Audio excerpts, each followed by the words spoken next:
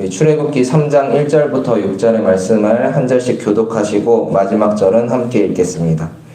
모세가 그의 장인 미디안 제사장 이드로의 양떼를 치더니 그 떼를 광야 서쪽으로 인도하여 하나님의 산 호렙에 이르매 여호와의 사자가 떨기나무 가운데로부터 마음에 기뻐하셔서 그에게 나타나시니라. 그 가루이 떨기나무에 길이 있었으나 그 떨기나무가 사라지지 아니하니라. 이에 모세가 이르되 내가 돌이켜 가서 이 큰 광경을 보리라. 떨기나무가 어찌하여 타지 아니하는고 하니 그때에 여호와께서 그가 부르고 돌이켜 온 것을 보시니라. 하나님이 떨기나무 가운데서 그를 불러 이르시되 모세야 모세야 하시매 그가 이르되 내가 여기 있나이다. 하나님이 이르시되 이리로 가까이 오지 말라. 내가 선 곳은 거룩한 땅이니 내 발에서 신을 벗으라. 또 이르시되 나는 내 조상의 하나님이니 아브라함의 하나님, 이삭의 하나님, 야곱의 하나님이니라. 모세가 하나님 배우기를 두려워하여 얼굴을 가리매. 아멘. 오늘도 예배함으로 하루를 시작하는 우리에게 하나님의 은혜와 평강이 넘쳐나기를 소망합니다. 오늘은 제때에 부르시는 하나님이라는 제목으로 말씀을 전하고자 합니다. 오늘 본문의 말씀 출애굽기 3장은 하나님께서 모세를 부르시는 장면을 이야기합니다. 모세의 일대기는 마치 한 편의 영화와 같아서 실제로 이집트 왕자라는 제목의 영화로 개봉하여 큰 흥행을 기록할 정도였는데요. 모세가 태어난 배경을 이야기하자면 꼼쟁이 요셉에 대한 이야기로 거슬러 올라가야 합니다. 요셉은 어렸을 적 형들에게 시기를 받아 애굽으로 팔려갔습니다. 하지만 요셉은 하나님이 함께 하심으로 주위의 신임을 받았고 고관들의 꿈을 해석한 것이 기회가 되어 애굽 바로의 꿈까지 해석하게 됩니다. 승승장구하던 요셉은 마침내 애굽의 총리로 발탁되었고 아버지 야곱을 다시 만납니다. 자기를 사지로 내몰았던 형들을 용서하고 극심한 기근 중에 있던 야곱의 가족을 모두 애굽에 이주하여 살도록 인도합니다. 하지만 문제는 요셉도 죽고 야곱도 죽은 뒤의 일이었습니다. 야곱의 혈통을 이어받은 이스라엘 자손은 자녀를 많이 낳고 번성하여 그 수가 불어나고 세력도 커졌으며 애굽 온 땅에 퍼졌습니다. 하지만 시간이 흘러 요셉을 알지 못하는 애굽의 새 바로가 즉위하였을 때 애굽 땅에서 번성한 이스라엘 자손을 보고 큰 위기감을 느꼈습니다. 세력이 강해진 이스라엘 자손이 언제라도 애굽의 적국들과 힘을 합해 반역을 일으킬지도 모른다는 불안감이 있었기 때문입니다. 그래서 애굽 사람들은 이스라엘 자손에게 강제 노동을 시켰고 그들을 억압했습니다.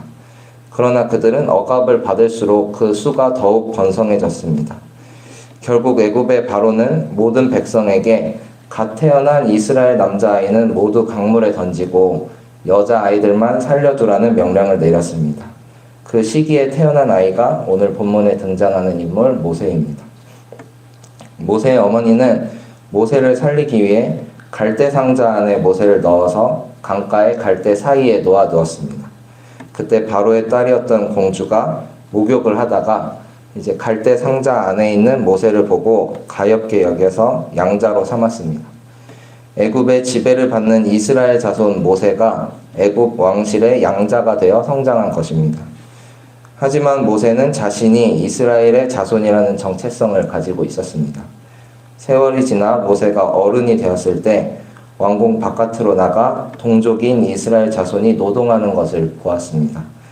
그때 이스라엘 자손이 애굽 사람에게 매를 맞는 것을 보고 의분이 일어나서 애굽 사람을 쳐 죽이고 모래 속에 묻어버렸습니다. 이 사건은 바로에게까지 전해졌고 바로는 모세를 죽이려고 찾았습니다.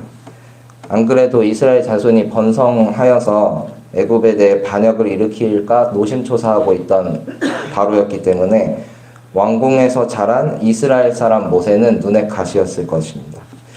모세는 애굽 왕실에서 자랐지만 애굽 사람을 살인함으로써 결국 위기의 순간에는 이스라엘 편에 서게 될 것이라는 사실이 증명되었던 셈입니다.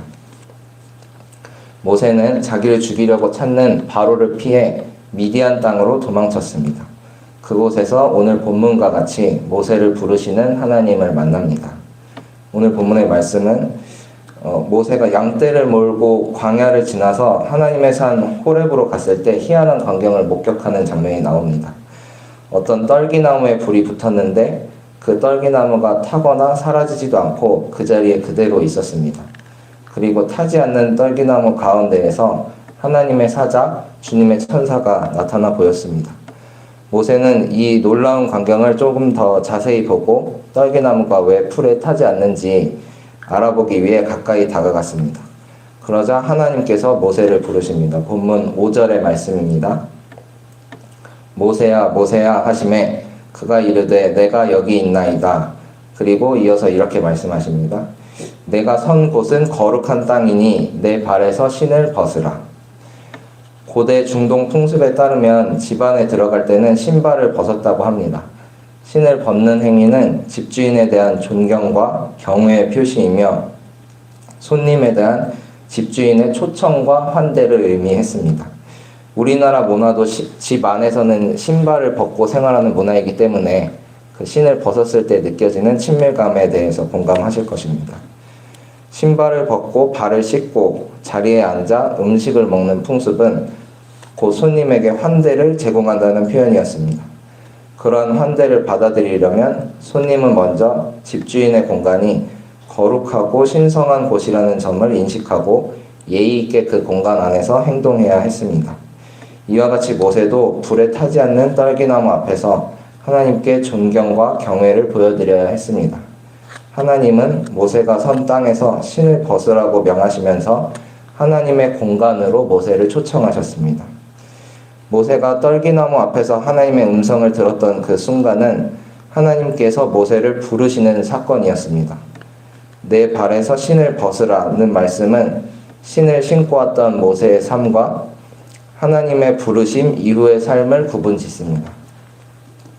모세는 떨기나무 앞에 서기 전까지 자기의 신을 신고 살아왔습니다. 광야에서 길을 묻다라는 책의 저자 김기성 목사님은 신발을 우리가 구성해온 삶 자체를 상징한다고 보았습니다. 흔히 새로운 직장에 취직하기 위해서 이력서를 쓰죠. 그 이력서라는 단어에서 이자가 이제 밟을리, 신리라는 뜻의 한자어라고 합니다. 따라서 이력서란 내가 지금까지 밟아온 삶의 내력을 기록한 문서라는 뜻이 됩니다. 그러니까 신은 내가 살아온 발자취를 의미하고 신을 벗는 행위는 그간 살아왔던 나의 모습, 나의 삶을 내려놓는 행위를 뜻합니다. 하나님이 우리를 부르실 때 요구하시는 건 단 한 가지입니다.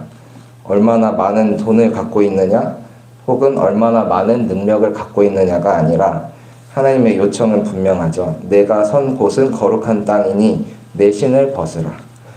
하나님께서 우리를 부르시는 이유는 우리에게 어떠한 도움을 받기 위해 부르시는 게 아닙니다. 하나님은 이미 존재 자체로 완전하시기 때문에 그 무엇도 필요로 하지 않으십니다. 하나님께서 우리를 부르시고 당신의 계획에 참여시키시고 우리를 통해서 일하시는 이유는 그분께서 우리와 함께 하시길 원하시기 때문인 줄로 믿습니다. 그분의 요청 앞에 우리가 해야 할 노력은 단순합니다. 부르신 그곳에서 내 신을 벗고 주님을 바라보는 것입니다. 우리가 살아온 이력, 화려하다면 화려하고 초라하다면 초라한 그 이력들이 우리를 부르시는 하나님의 음성 앞에서는 모두 무의미합니다. 언제든지 하나님께서 우리를 부르실 때 내 신을 벗고 순종하며 나아가는 우리가 되길 소망합니다. 본문의 말씀을 통해 한 가지 더 생각해 볼 수 있는 점은 하나님께서는 모세를 제때에 부르셨다는 점입니다. 제때라는 단어는 정해놓은 그 시각을 의미하죠. 예를 들어 밥은 제때 챙겨 먹어라. 무슨 일이든지 미루지 말고 제때에 해라 라는 식으로 사용할 수가 있습니다. 하나님께서 모세를 부르신 시점은 제때였습니다. 누구의 때였을까요? 하나님이 정해놓으신 때였습니다. 차라리 모세가 애굽 왕실에서 살고 있을 때 하나님께서 모세를 부르셨다면 출애굽 과정이 더 완만하지 않았을까 하는 상상을 해보았습니다. 모세는 왕실 내부 사정을 훤히 알고 있었고 공주의 양자였기 때문에 바로에게도 가까이 다가갈 수 있는 위치에 있었습니다. 정말로 이스라엘 백성이 애굽에 대해 반역을 꾀했다면 모세를 중심으로 차츰차츰 준비해서 바로를 암살하고 또 이스라엘을 애굽 땅에서 구출해내는 시나리오를 생각해 볼 수 있었을 것입니다. 그리고 이를 실현하기 위해서는 모세가 애굽 왕실 안에 살고 있는 편이 더 나았을지도 모르겠습니다. 모세에게도 애굽에 대한 적개심이 있었습니다. 반역하려는 마음까지는 아니더라도 자신의 뿌리를 인식하고 있었습니다. 이스라엘 사람이 애굽 사람한테 매질을 당할 때 의분이 일어나 애굽 사람을 쳐 죽이기도 했습니다. 하지만 성경에 나오는 그 다음 대목이 참 기가 막힙니다. 모세가 살인을 저지른 뒤 이튿날 다시 나가서 보니 이스라엘 사람 둘이 서로 싸우고 있었습니다. 그래서 모세는 잘못한 사람에게 당신은 왜 동족을 때리느냐고 물었습니다. 그러자 그 사람은 모세에게 대들면서 이렇게 말합니다. 출애굽기 2장 14절의 말씀을 세 번역으로 읽어드리겠습니다. 그러자 그 사람은 대들었다. 누가 당신을 우리의 지도자와 재판관으로 세웠단 말이오. 당신이 이집트 애굽 사람을 죽이더니 이제는 나도 죽일 작정이요. 모세는 일이 탄로난 것을 알고 두려워하였다. 모세는 자신이 이스라엘 사람이라는 정체성을 가지고 있었지만 정작 이스라엘 사람들에게 썩 인정을 받는 인물은 아니었던 것 같습니다. 왜냐하면 이스라엘 사람들이 살아온 고통의 역사에 동참하지 않았기 때문입니다. 태생적으로는 갈대상자 안에서 겨우 연명한 형편이었지만 그 이후의 삶은 애굽 공주의 양자로 자라왔기 때문이었습니다. 모세가 아무리 정의감에 불타서 애굽 사람을 쳐 죽였다 하더라도 그것은 개인의 분노 그 이상도 그 이하도 아니었습니다. 모세가 살인을 저지른 그때는 하나님이 생각하신 제때가 아니었습니다. 평온했던 애굽 왕실에서 도망쳐 나온 모세는 낯선 미디안 땅에서 오랜 시간 기다림과 인내를 배웁니다. 그리고 하나님이 정해놓으신 제때에 떨기나무 앞에서 모세를 부르시는 하나님을 만납니다. 하나님은 항상 우리를 제때에 부르십니다. 하나님의 부르심은 언제나 우리의 때가 아닌 하나님의 때에 이루어집니다.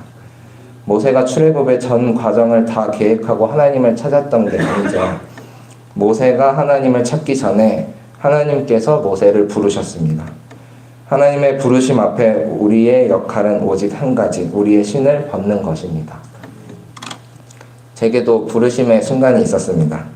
하나님은 그 부르심의 순간에 제 힘을 완전히 다 빼놓으셨습니다. 그때 제 자신을 돌아볼 때 한 가지 상상되는 게 있었는데 제 존재가 김치 있죠. 김치를 물에다가 막 이렇게 풀어가지고 바닥에 툭 내던졌을 때 그 김치의 모습이 마치 저처럼 느껴질 때가 있었습니다. 제 힘으로 할 수 있는 건 아무것도 없고 제 자신이 아주 무기력하게 느껴질 때 어떤 기도문을 읽게 되었습니다. 그 기도문을 액자에 넣어서 제 침실에 두고 가끔 읽어보는데요. 그 기도문을 읽어드리면서 설교를 마치고자 합니다. 내가 연약하기에 나를 통하여 주님의 강함을 나타내심을 믿기에 나의 생각과 이론에 관계없이 제가 가진 모든 것을 드립니다.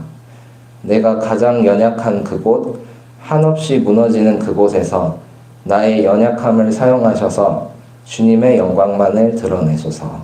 아멘. 하나님은 우리를 제때에 부르십니다. 그때가 언제일는지 우리는 알 수 없지만 내 신을 벗고 나의 연약함을 인정하는 우리가 되길 소망합니다. 아멘. 내가 한없이 무너지는 그곳에서 제때에 우리를 들어 쓰실 하나님을 찬양합니다. 아멘. 기도하시겠습니다. 하나님 아버지 감사합니다. 우리를 주님의 자녀로 불러주시고 주님의 은혜 가운데 살아가게 해주시니 감사드립니다. 언제라도 주님께서 저희를 부르실 때 내 신을 벗고 부르심에 응답하는 저희가 되게 하여 주시옵소서. 하루하루 살아가면서 지은 죄를 주님 앞에 내려놓습니다. 모르고 지은 죄도 있었지만 죄인 줄 알면서도 지은 죄들도 많았습니다. 주님, 저희 죄를 용서하여 주시고 죄 앞에서 괴로워하는 마음 잃지 않게 하여 주시옵소서. 교회학교 수련회 여름 성경학교를 이어가고 있습니다. 은혜롭고 안전한 여름 사역이 되길 원합니다. 우리 교회의 다음 세대들이 교회 안에서 좋은 추억을 많이 만들게 하여 주시고 주님과의 친밀한 교제를 경험하는 시간이 되게 하여 주시옵소서. 장기력 평전 북 콘서트를 준비하고 있습니다. 예수님의 발자국을 따라갔던 믿음의 선진을 본받아 잃어버린 정신을 회복하는 시간이 되게 하여 주시옵소서. 저희 개개인의 기도 제목과 가정을 위해 기도합니다. 저희의 형편과 사정을 저희보다 더 잘 아시는 주님, 모세를 제때에 부르셨던 것처럼 하나님이 정해놓으신 때에 가장 복된 길로 저희를 인도하여 주시옵소서. 우리나라 안팎에 여러 가지 어려움을 겪으며 살아가는 많은 이웃들이 있습니다. 모두에게 손 내밀지 못하지만 모두를 향한 마음을 열어두길 원합니다. 지극히 작은 자 하나에게 한 것이 곧 나에게 한 것이라는 주님의 말씀을 기억하며 더불어 살아가는 삶이 되게 하여 주시옵소서. 이 시간 마음을 담아 하나님 앞에 예물을 드린 손길이 있습니다. 주님께서 기억하여 주시고 함께하여 주시옵소서. 살아계신 예수님의 이름으로 기도합니다. 아멘. 하늘에 계신